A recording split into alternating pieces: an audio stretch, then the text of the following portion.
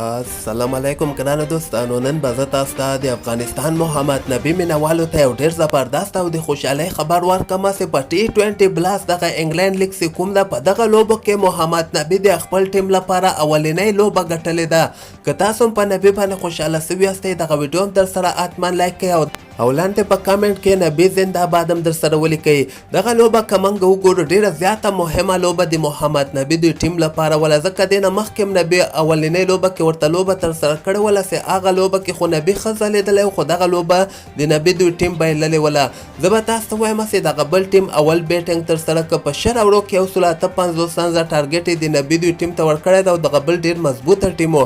حالانکې محمد نبي په زړه پوری بولنګ په وجه باندې دوی پرې نه ښودل چې دوی ته یعنې غټ هدف کېدي. که موږ راسو د نبي بولنګ ته په 100 اوورو کې صرف 40 رنزه ورکړي دي او 2 مهم لوبغاړي هملته سر کې ورته آوټ کړل، ځکه محمد نبي په پاور پلی کې ورته اورونه تر سره کړل او په پاور پلی کې هر یو بولر اورونه هم نسي تر سره کولی.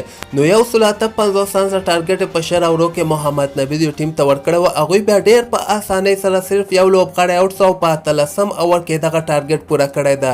د دوی لپاره ویسکونسیز 78 رنزه کړي دي او ریزنګټن 59 رنزه کړي. دغه د انګلند خپل داخلي لوبغاړي ډېر ښه لوبغاړي دي، خو د نبي دوی ټیم دغه لوبه وکولی سو چې په 9 ویکټو باندې دغه لوبه ګټلې او 13 بالونه پاتې سوي دي.